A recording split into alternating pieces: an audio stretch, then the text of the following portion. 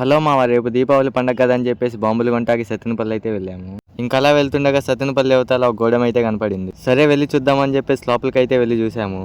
అక్కడ స్టాక్ బాగున్నప్పటికీ రేట్లు మంచిగా లేవని చెప్పేసి అక్కడ నుంచి అయితే వచ్చేసాము. ఇంకా అలా వెళ్తుండగా సత్తెనపల్లి రైల్వే స్టేషన్ దగ్గర స్టాల్స్ పెట్టారని అయితే తెలిసింది. ఇంకా వెంటనే అక్కడికైతే వెళ్ళిపోయాము.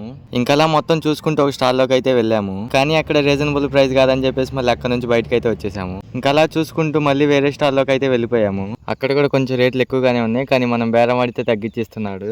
ఒకవేళ మీరు కూడా బాంబులు కొనడానికి వెళ్తే బాగా బేరం ఆడే వాళ్ళని అయితే తీసుకుని వెళ్ళండి. ఇంకా అలా చాలా సేపు బేరం ఆడిన తర్వాత కొన్ని బాంబులు అయితే కొనుక్కున్నాము.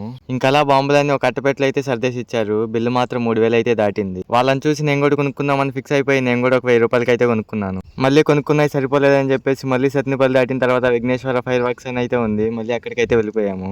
లోపల మొత్తం షాపింగ్ చేసుకోవడానికి అయితే చాలా బాగుంది. అలాగే రేట్లు కూడా చాలా తక్కువగా ఉన్నాయి. అక్కడ నాకు ఓజీ గన్ అయితే కనపడింది. దాన్ని తీసుకుని ఆడుకుంటుంటే ఒక బుడ్డోడు వచ్చి అది నాకు కావాలని చెప్పేసి ఏడ్చి మరి నా దగ్గర నుంచి తీసుకున్నాడు.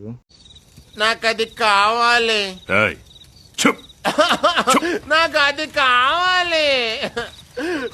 ఇంకా అక్కడ కూడా ఒక 6000కి బాంబులు కొని ఇంటికైతే బయలుదేరిపోయాము. ఇంకా అలా మా ఫ్రెండ్ వాళ్ళ షాప్ లో కూర్చొని బాంబులు అయితే ఎవరికి వాళ్ళు డివైడ్ చేసుకున్నాము. సరే మరి వెళ్ళొస్తా. వెళ్తూ సబ్స్క్రైబ్ అండ్ ఫాలో చేసుకుని వెళ్ళండి. మళ్ళీ నెక్స్ట్ వీడియోలో కలుద్దాం. ఖర్చైనా పర్లేదు, రేపు మాత్రం రచ్చ.